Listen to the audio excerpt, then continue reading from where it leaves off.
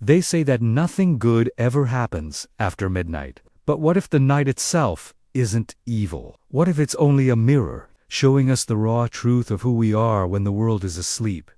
When the masks fall away, and all that is left is the pulse of our hearts, and the quiet hum of what we fear most. The dead of night is when the earth holds its breath, when time stretches thin and reality feels almost too fragile to trust. Tonight, you'll hear 3 stories, all true, all terrifying, that didn't just test courage, but revealed what it means to be alive when death is only a breath away. Because horror, in its cruelest beauty, often hides lessons we don't learn in the light. The first story belongs to a man named Daniel. He was a long-haul truck driver, the kind who knew the roads better than his own home. December in Oregon can be brutal, long stretches of highway coated in frost, mountains swallowing the moon, silence so deep it almost feels alive. He left the engine running to keep warm, stepped out, and walked toward the vending machine near the restroom. His boots echoed on the pavement, every step swallowed by stillness. When he returned, his truck door was open. At first, he thought he'd forgotten to shut it. Fatigue plays tricks on the mind. But when he climbed in, he felt it. The air inside was wrong. Cold. Too cold. His gut clenched. And then he saw them muddy footprints across the floor, mat-small.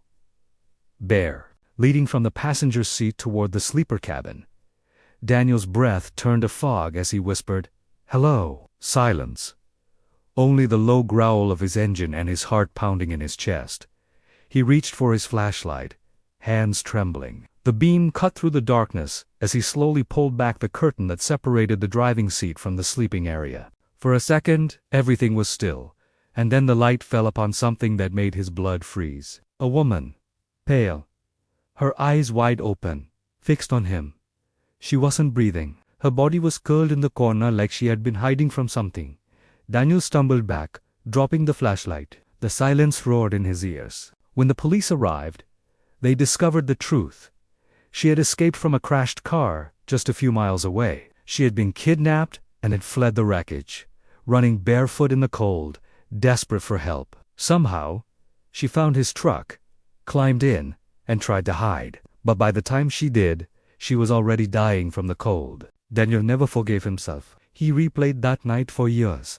How close he'd been, how easily he could have saved her. He didn't realize that sometimes the dead of night doesn't haunt us with monsters, but with the echoes of our own guilt.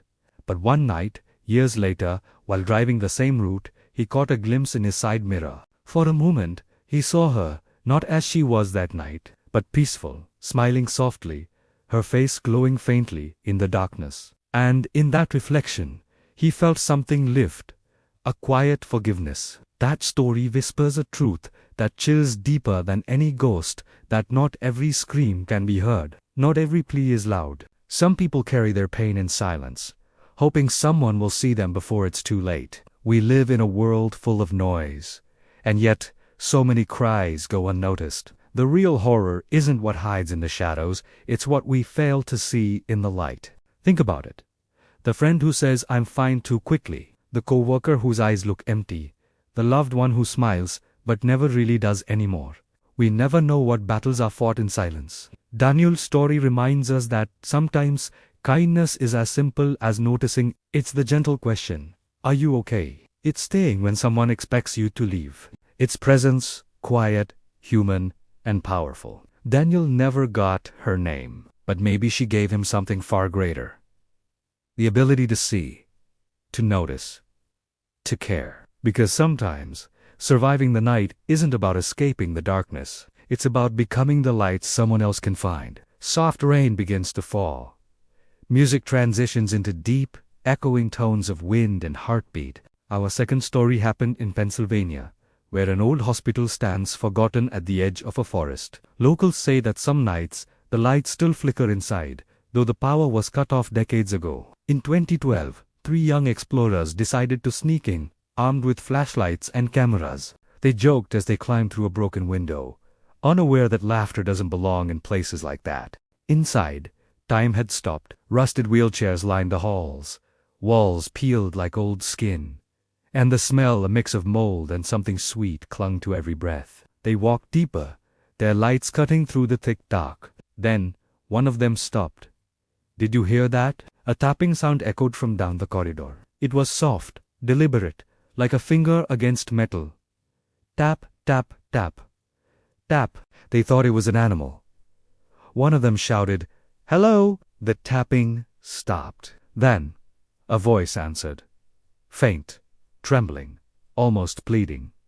"Don't leave me here." The three froze. Their flashlights flickered, and then they saw it, a shadow at the end of the hall, shaped like a woman in a hospital gown.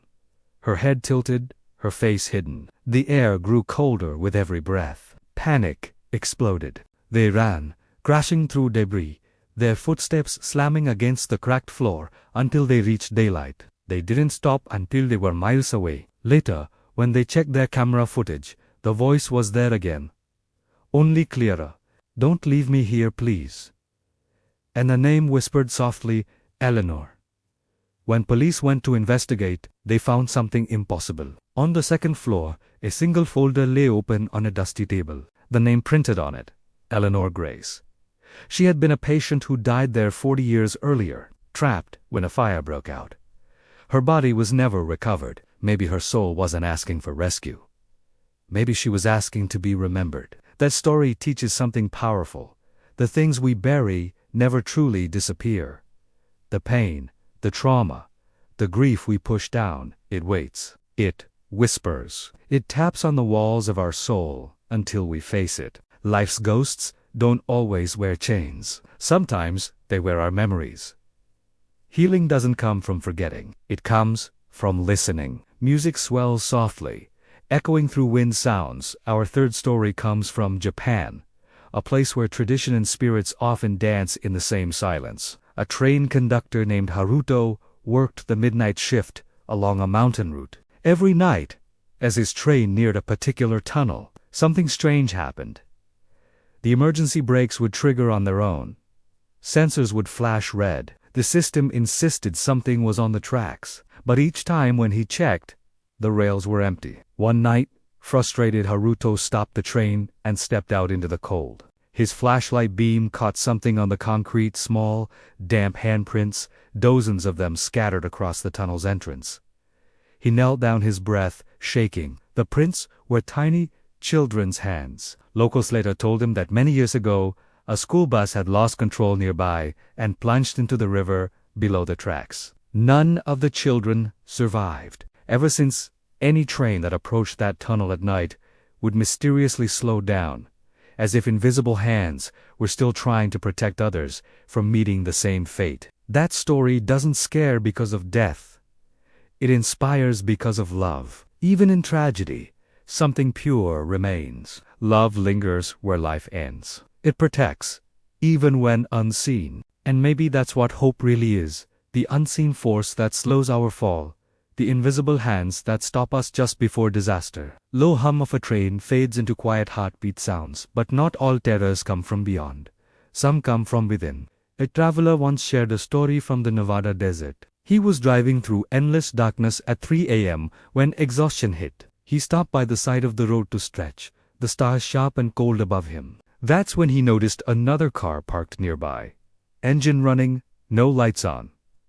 Something about it felt wrong. Still, curiosity pulled him closer. As he neared, the car door creaked open on its own. Inside, he saw someone sitting in the driver's seat, pale, eyes wide. It was him. His own face. His reflection staring back, trembling. When he blinked, the vision was gone. But in that moment, he swore he heard a whisper. "Keep going." He didn't understand until later. A few miles ahead, a bridge had collapsed. If he hadn't stopped, he would have died. Sometimes, fear doesn't come to paralyze you. It comes to protect you. Fear is not always the enemy. It's a signal, a warning, a voice in the dark saying, "Turn here, not there." The horror in our hearts often tries to save us before it destroys us. Music deepens with slow piano notes and soft thunder. And then, there was the nurse. She worked the night shift at a hospice center. Every time a patient was near death, she would see it a shadow at the doorway, not threatening, just waiting.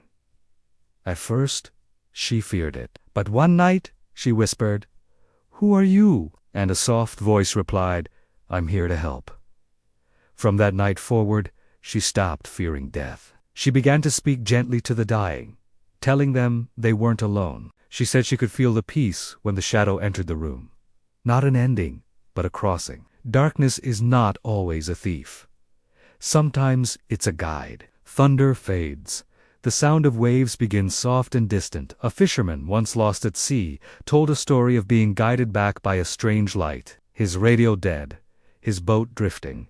He prayed. Hours later, a glow appeared over the water, leading him home. When he returned, he learned his daughter had died that same night, holding a candle by the window, waiting for him. Some love doesn't need a body to exist.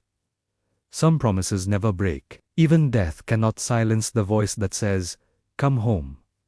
Music swells, emotionally, building like sunrise, and finally, a young woman walking home after her shift.